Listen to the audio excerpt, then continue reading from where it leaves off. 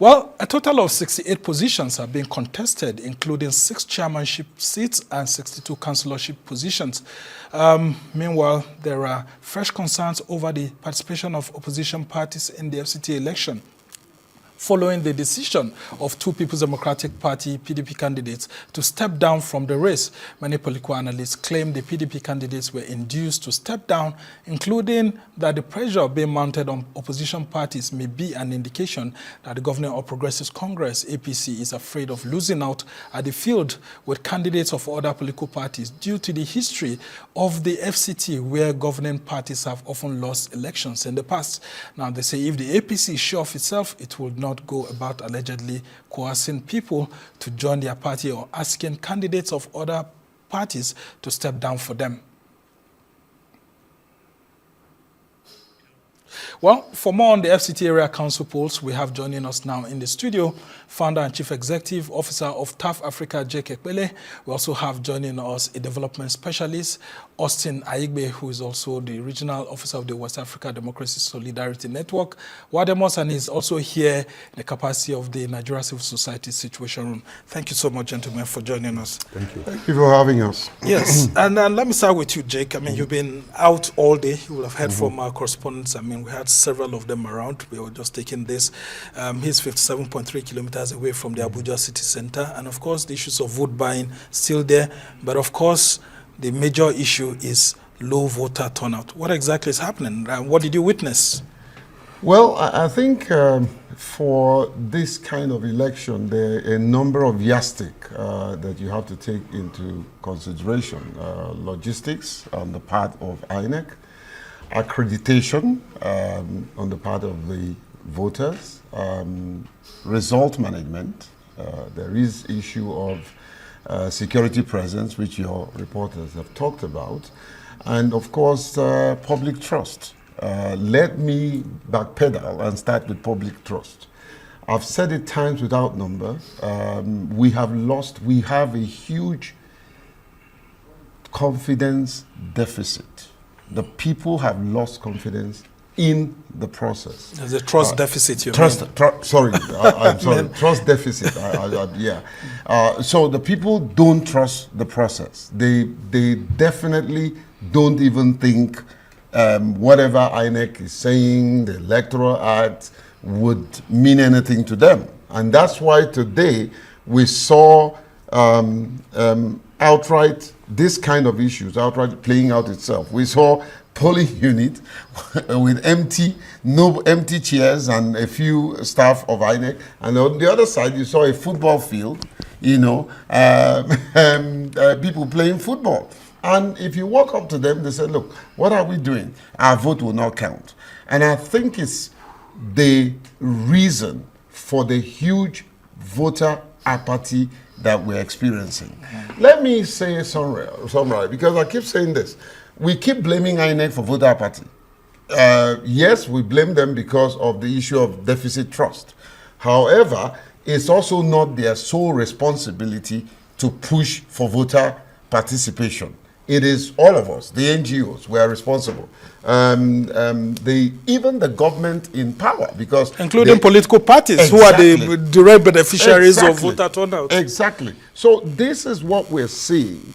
I don't also want to talk about the rhetorics of politicians and the demeanor and the conduct of even the FCT minister, and how he sometimes by his comment heats up the system. He's just a camera-hungry individual who thinks that, you know, the FCT is turning to be another Port Harcourt, you know. So we need to be very circumspect if we must get it right. And of course, part of the fallout of what we're seeing today, is the lacunas surrounding the newly signed Electoral Act, you know. And I did ask you, and by the way, I commend you for your fantastic analysis and postulations when it comes to political analysis.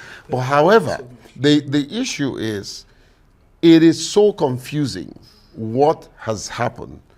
The president was ill-advised, I want to say, and he became very insensitive of what the public wants They decided to do what they wanted at the expense of the entire public. Here's two things he has signed. He has signed uncertainty.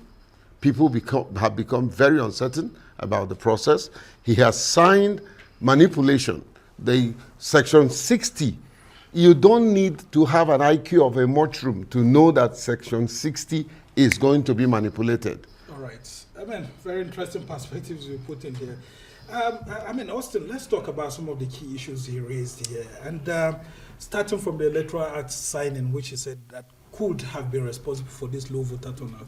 Some of the people I've spoken with in the governing party have told me that UCSOs contributed to this, situation whereby people are doubting what Mr. President signed. That you have not properly educated Nigerians on the content of the Electoral Act law. And you made it look like everything in the Electoral Act law, there's no good in it. And meanwhile, they've, through that new law, made electronic transmission legal now, alongside manual transmission and all of that. That could have also dissuaded a lot of Nigerians from coming out. I mean, how would you respond to people like this? And of course, the FCT minister going on election day, and then of course, the issues of people not turning out. Thank you. First, let me stay with the Electoral Act.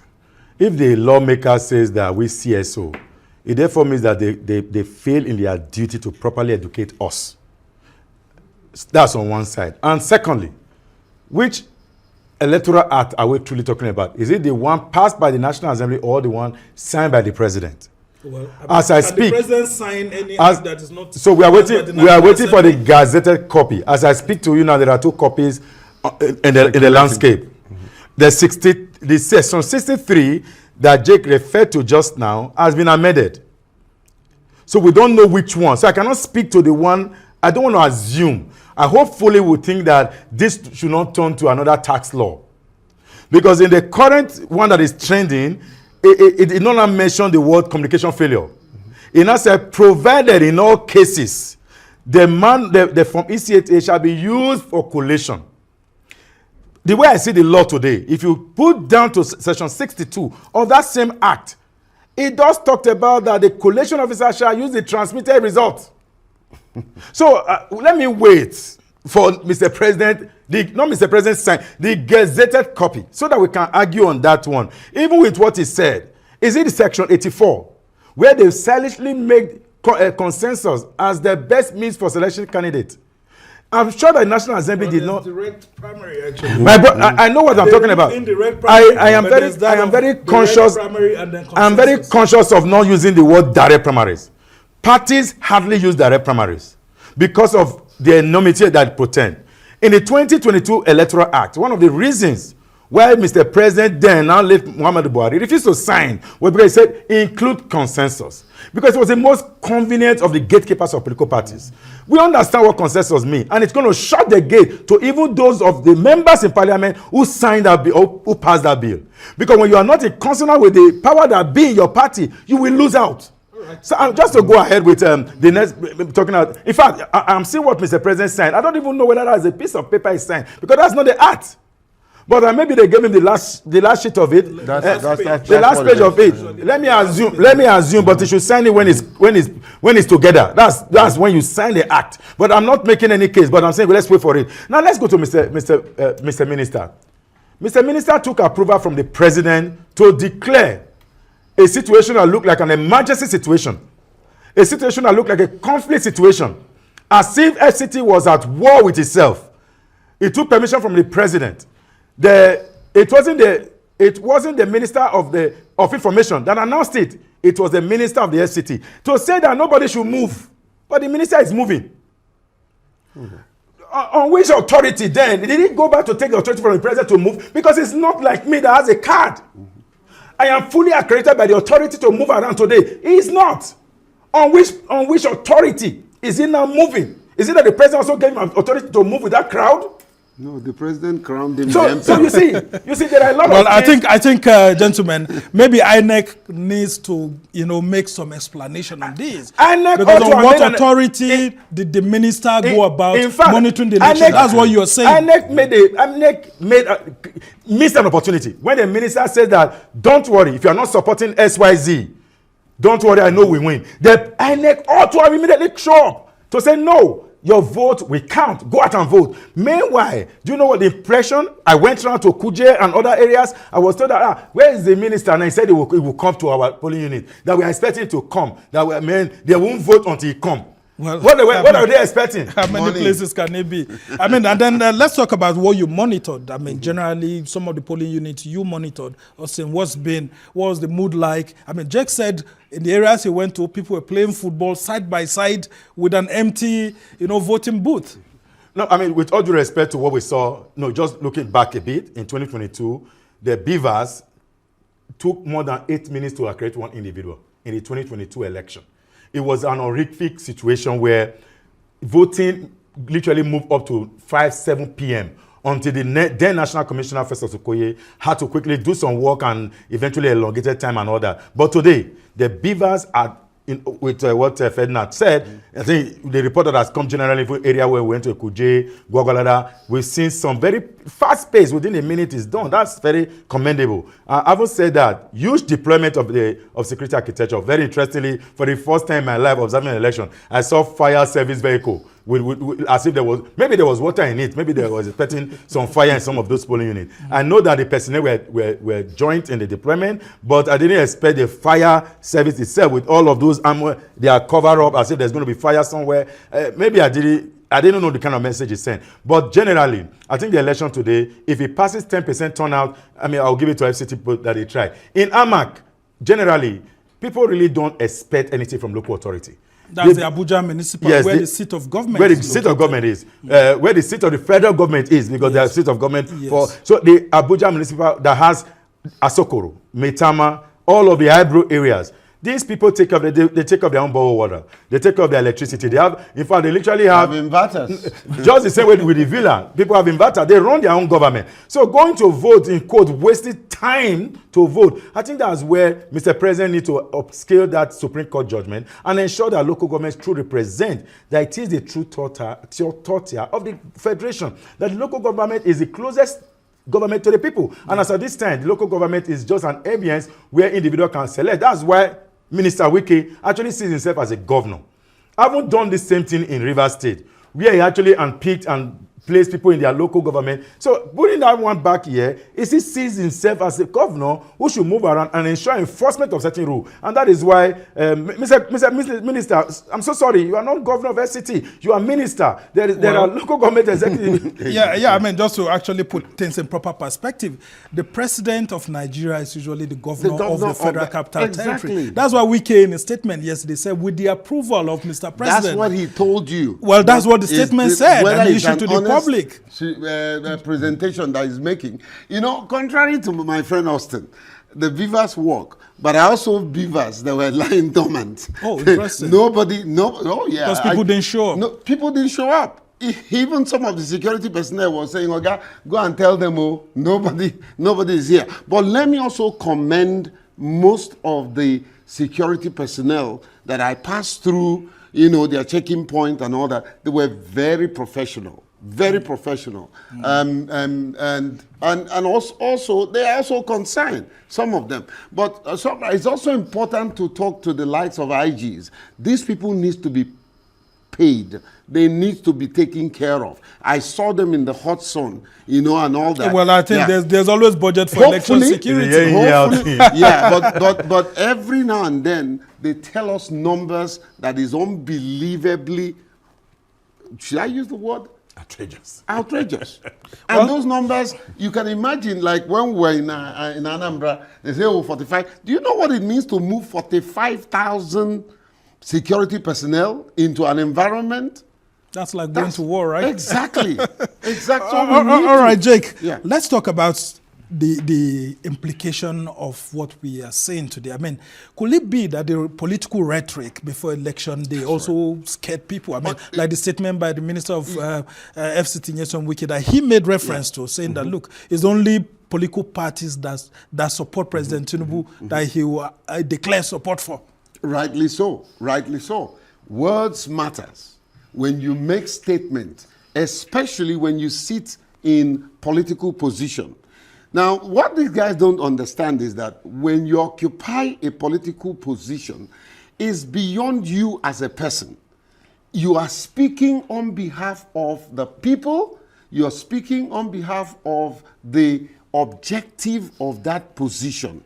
So say, for instance, you're FCT minister. You're not just Wike, you are the minister of the Federal Republic of Nigeria overseeing the federal capital territory. So when you make statement, it carries weight. Do they also consider the economic impact of someone? Do you know what happened yesterday? The moment that thing happened, people started closing up their shops. Hotels starts losing people. So it has impact, immediate impact, future impact when you make statement. Wrong rhetorics scares people. Well, maybe because he's a former governor. I mean, so the governorship is still, spirit is still in him, thinking that he was in the River State. Sometimes I'm tempted to say people make statements under certain influence. I'm not saying he did, but somebody can have a sip of alcohol and make people drink alcohol. It shouldn't be that that drives his decision. As long as it's properly moderated. There's no law that kicks against drinking that. See, Austin and Somra, there is this concerted effort by the camp of Tinubu. His people are doing things that ordinarily I don't even think he will want them to do. All in the name of trying to give him the impression, I am supporting you. I am mobilizing. So that's why you see today, city hunters, city boys, renew the hope agenda and all that. All kinds of things trying to create the impression that, you have the people's support. Well, Mr. President, if you're the FCT minister, I'm very sure you do the same to show the president, very quickly before we go on break, to show the president that you're actually in charge of the Federal Capital Territory on his behalf. Wouldn't you do that if you were the FCT minister? Well, I won't do it. I would rather perform for the people to have a change of mind, which Wike is actually doing. So you don't need to enforce it. It's sin. But just because you go on break is that I need Mr. Minister, Honorable Minister, to know that there are certain offices, including the High Court, they worked yesterday. They did not shut down. Well, the Supreme Court worked, yes, but that of the FCT High Court and Federal High Courts, they were careful. Some judges showed up, some didn't, and all of that. The cases were open. They were business as usual. In the High Court, there were cases that showed up. I think that we need to, Honorable Minister, sir, investigate those. We need to charge some of these things. Well, there was a law in place, and whether they have the capacity to enforce the law. So why would you use it to suffer other people? Well, no, but what's the legal implication of such announcement and all that? Is there any law backing it up? Is it enforceable? These are questions. Well, for the lawyers to actually answer. But this is the Federal Capital Territory of Nigeria. Mr. President is the governor of the FCT. And then, of course, he has the right to actually tell his ministers what to do and what not to do. The Attorney General is actually the Attorney General for FCT. So we just hope and see how things play out. But we'll be going on a short break. And when we come back, we'll be talking about not just the FCT elections, but other elections that are happening across Nigeria today. In Rivers State, coincidentally, the home state of the FCT minister, and then in Kano State. And then, of course, we'll be talking about the new Electoral Act. Stay with us. Welcome back from the break. You're still watching This Week, and I'm Somna Sambo. Now, Nigeria has a new electoral law after President Bola Tinubu signed into law the Electoral Act Amendment Bill 2026 as passed by the National Assembly, but not without a few reservations. The move has since sparked sharp criticism from the Kuka Center, Yaga Africa, and some other civil society organizations, condemning President Tinubu's hasty assent to the newly enacted Electoral Act 2026 and calling it, quote, a missed opportunity for transformative electoral reform. They criticize the imposition of a 50 million naira administrative fee for new political party registration under Section 75 of the Electoral Act, calling it a financial moat designed to exclude grassroots movements, youth-led parties, and non-elite political formations from formal competition. Now, on party primaries, the coalition says restricting nomination methods to direct primaries or consensus limits flexibility and heightens the risk of vote buying and manipulation. And of course, we're still keeping our eyes on the FCT elections, and the elections are happening in Rivers State and Kano State, where there are some State House of Assembly seats that are meant to be filled. And so I still have some gentlemen in the studio. So for more on all that's been happening. The founder and chief executive officer of TAF Africa, Jake Epelle, has been here, and he's still here with me. And of course, I still have Austin Aigbe, a development specialist and the regional officer of West Africa Democracy Solidarity Network. He's also represented the Nigeria Civil Society Situation Room, and he's still here with me. Thank you so much, gentlemen. I really enjoy your analysis always, and it's always good to have you. I wish we could be having elections every now and then. So, Jake. By the way, I'm part of the Situation Room. Yes. Okay, interesting. So talk to us about the elections that are ongoing in Rivers and Kano, State. Just very quickly. I mean, well, let me handle Rivers State and allow us to talk about Kano. Kano, yeah. Rivers State is my state. Well, it's unfortunate because of what I will consider the president's intervention that have achieved a pause, not necessarily peace. I think I'm not there, I'm in Abuja, but I intend to make some calls and get reports from my office in Port Harcourt.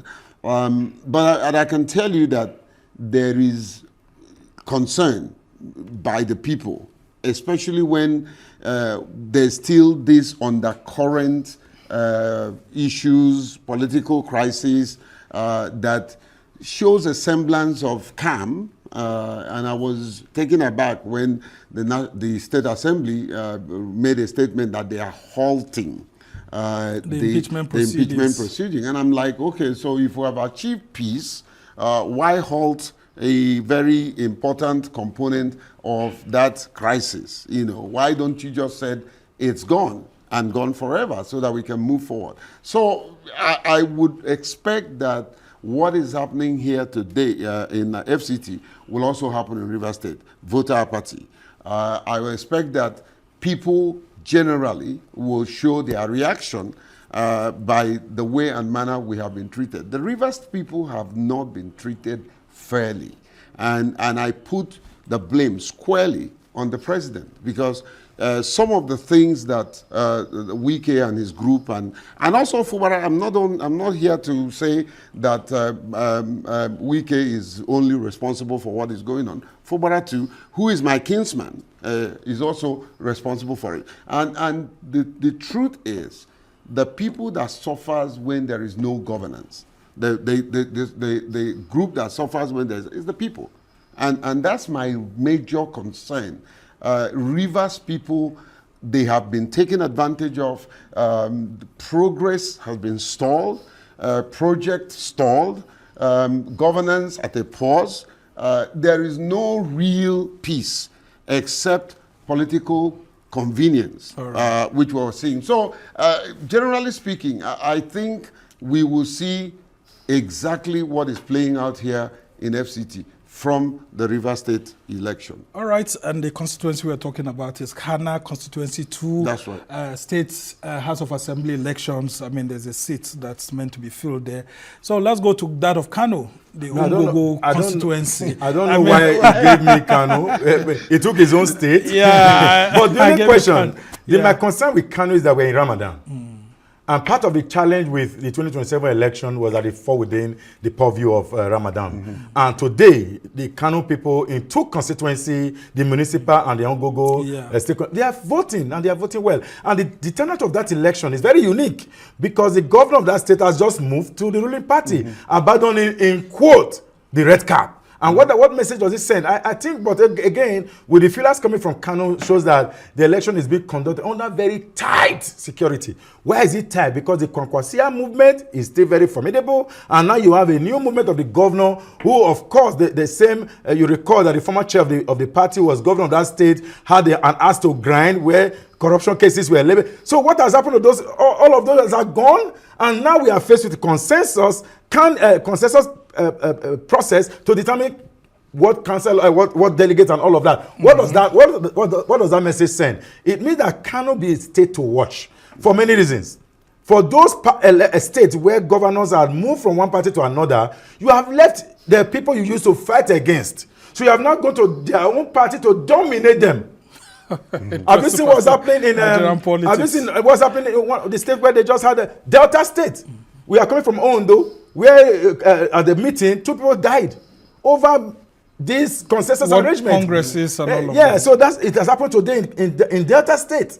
One of the candidates or thereabout they said he almost escaped assassination. See, when you are streaking the political space, it will necessarily burst. And what is happening today is this is happening. And the Konkosia movement, and I tell you, the man Konkosia will like to show that Kano. I'm still in charge of Kano. I'm still in charge. All and right. the governor will want to upturn that to say, no, I am the governor of the state. He's under pressure to deliver to the APC. Let peace reign in Kano. Okay. It is Ramadan. Peace is what Ramadan preaches. All right, Jake, let's come to the other issues. I mean, you had this press conference during the week where you talked about how some of the provisions in the new Electoral Act actually are anti-democratic. You talked about the issues of 50 million naira. Would you want to expatiate on that? Yeah. And then the direct or consensus option? Well, here's the thing. It was very interesting to note that Bamidele, the House of Rep spokesperson. Okay. Well, right? Yeah. That's No, Bamidele is the Senate leader. Okay, no. Senate leader. The House of Rep Rotimi, my good friend, very respected, very responsible. He showed me, even when we disagreed, he showed me a great deal of respect. I was taken aback when he publicly said, I'm going to suspend my position in the House and take on a personal position. What's the personal position? That he's not very comfortable with the 50 million naira because it was going to affect even youth participation and all that. Especially for a new party formation by young people if they want to form a political party. So what they've done is to make party formation, make party registration an elitist money bag phenomenon. So if you don't have money, if you don't belong to our camp, you can't be registered. And that strikes a very big blow to inclusion, to genuine inclusion. So you find out that the little mark we've made in terms of driving youth participation will start dwindling because they don't have that kind of money. They don't have the youth who wants to form political party and form a very strong opposition don't have 50 million naira. Okay. So it is almost anti-democratic values, and we need to. It's something that unfortunately that we can't keep changing our electoral. Well, but I mean, they can be a fresh amendment okay? Later on. Exactly, and maybe the issue of INEC rule. But let me say that before you move over to Austin. You see, there is nowhere you will say that the INEC regulation supersedes the law. I don't know. I'm not a lawyer, but I've asked many lawyers. I said, is it possible that INEC? I can say that Cynthia and I and Samson discussed this. Is it possible that INEC's regulation will supersede the law? It's not possible. So even when they make such regulation, it won't fly.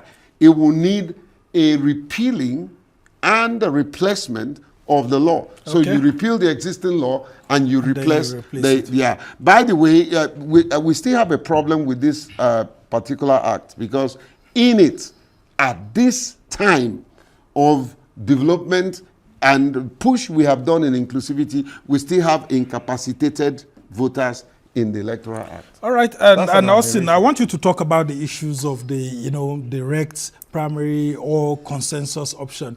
Why do you think that the National Assembly would have left out the issues of delegate system or indirect primary? Because even the APC too, which is very good at using direct primary or consensus, opted to use the delegate system at some point when they felt cash trapped or something like that in other states.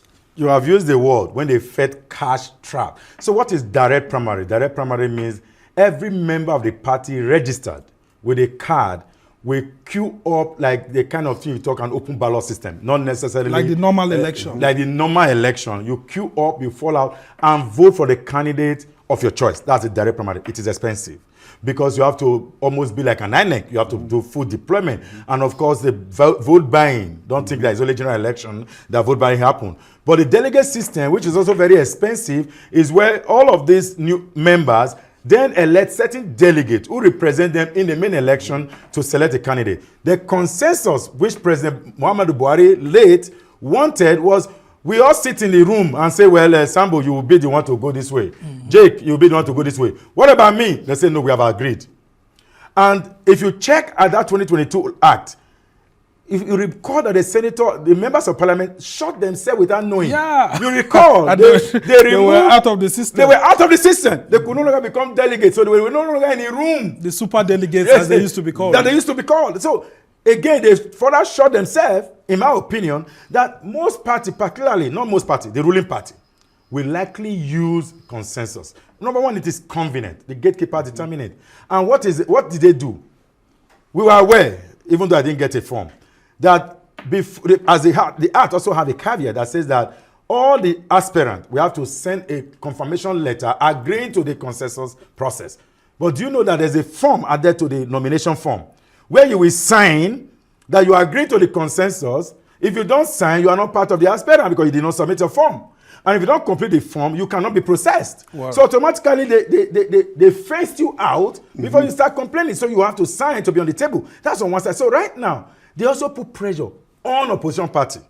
Any opposition that tries to do consensus now may lose it. You need at least an indirect primaries because of the cost implication, not the direct primary because of it's more expensive, like I said. So if you do consensus and you pull out a candidate, eventually that is not generally accepted, people will pull away. What is happening to the APC today with the consensus happening with their nomination? If he had an hit on opposition, the opposition will get weakened. The APC that did direct primaries then, they were majorly in opposition. So it is coming now because they needed to pull people to say, we are doing direct primaries. So you need more people to vote a candidate. But this time, they don't need more candidates, more people to vote. People. Okay, as far as I'm concerned, it's just, let's call it what it is. Manipulation. Spelled in capital letters. And then, I mean, there are talks here and there, Jake, that this could actually be a ploy to weaken opposition political parties because they will spend all their resources, monies and everything during the election process fighting themselves. And by the time they get to the general election, they don't have money, no strength. They'll finish they'll finish fighting themselves. I mean, while the APC is in government, they have all the resources in power. I mean, what do you have to say? Just before Jake, let me quickly say that the Supreme Court had a valid judgment that whatever happened to the party's internal affair is solely for the party. And I think the opposition have an opportunity to go to court. All right. I mean, Jake, your view look, Austin, you and I know court can decide whatever they like. Is implementation. The political parties can choose never to implement it. But as we make progress, we are beginning to see very anti-democratic practices. We still have the problem of even the so-called political parties struggling with internal democracy. There is no proper functioning of offices and all that, and those offices are just there for the namesake. For instance, they say, oh, we have offices for persons with disability, and you never see a person with disability emerge. All right. Yeah. Very interesting perspective. All right, gentlemen, as we try to conclude this conversation, I want to ask you one cardinal question, which is at the heart of every person, including my viewer right here. Did the electronic transmission of election result work today at the FCT and Kano and Rivers election? Well, Austin and I were monitoring. And is the IREF functioning? As we were coming. And there was transmission from the polling unit. But whether there's transmission to the IREF, because I've been checking the IRF myself, and it's been pretty difficult seeing anything being posted. Nothing. Unlike previous elections. So what has happened? Or they are still trying to study the new Electoral Act, and that's why it's not. I thought it was a system that just needed an upgrade.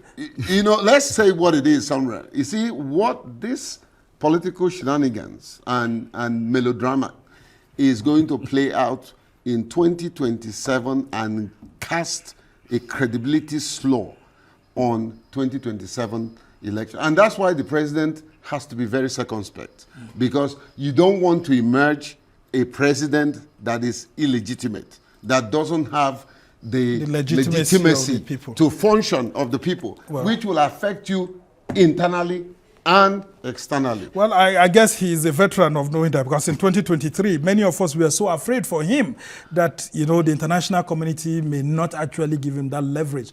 But I think the country handled it very well. Austin, let's talk very quickly about that. What's been your own engagement with the electronic transmission of election results today? Have you seen any in some of the polling units? And then maybe the IREF. Did the IREF function very well?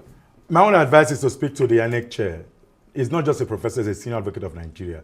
He wears two caps, very importantly. By this time in Anambra, just a few months away, by this time, results were trickling in very fast. So what is the difference? As we speak, in area in Amak, in Gwaripa, the results have been uploaded. And in fact, the presenters actually showed to the voter that, look at it, I've uploaded it. As we speak, 2 hours after, it is yet to be public. Is Amak having communication failure? I don't know. INEC chair does have the honors because some of these things bring us back to the comment made by the FCT minister. Because there seems to be like a correlation. My late mother told me that if a bird that is shot, fly over your house in the night, and a child die before the dawn, that bird is responsible. So no, he's a suspect. He's a suspect. No, but in this case, that bird is responsible because how can a bird fly? So when something happened, don't introduce glitches. It's too early, especially because you are just sitting on a position that already had some conversation. Don't. I mean, it's too close to have glitches. When in India there was no glitch in Anambra, please. All right. Upload the results and let it there conform. were glitches in non-deployment of assistive material for persons with disability. And I did send you a picture of my engagement with the INEC chairman. And I was very open to him to say, listen, you guys haven't done well. You didn't deploy. Even though I still consider INEC as, I will give them a pass mark when it comes to inclusivity. You know, they have a whole division on inclusivity. The current INEC has hired a gender specialist as a personal assistant or whatever. However, we need to get this thing right. If the election must be credible in the country. And INEC has improved a lot. Yeah, I mean, very interesting perspective. I wanted to actually add that because the INEC chairman himself went around the Federal Capital Territory and he said the beavers worked excellently. So Nigerians are waiting for the results to be uploaded on IREF and many are not seeing it. So because there was a low voter turnout, some of the results came out very early, the announcement of the results at the polling units. So Nigerians are also questioning why the results then didn't make it on time to IREF if the polling units ended quickly because the voter turnout was low. So these are some of the questions that I feel INEC would have to answer as we look forward to the end of the election, which has come to a close, you know, swiftly, without major security incidences, but of course collation is ongoing and we must thank you so much. Jake Epelle is a veteran here, founder and chief executive officer of TAF Africa. Thank you for what you do for Nigeria and for the people of Nigeria. The same here with Austin Aigbe, who's the regional officer of the West Africa Democracy Solidarity Network. We must thank you so much for everything you've done. And both of you are of the Situation Room, the Nigeria Civil Society Situation Room. And we hope that your criticism will be taken in good faith by INEC while we try to, you know, shape the system and ensure that we have a good system ahead of the 2027 general election. Well, that's how much we can take on this edition of This Week. Thanks to our production team here in Abuja, Lagos, and London. Do join us same time next week for another exciting edition.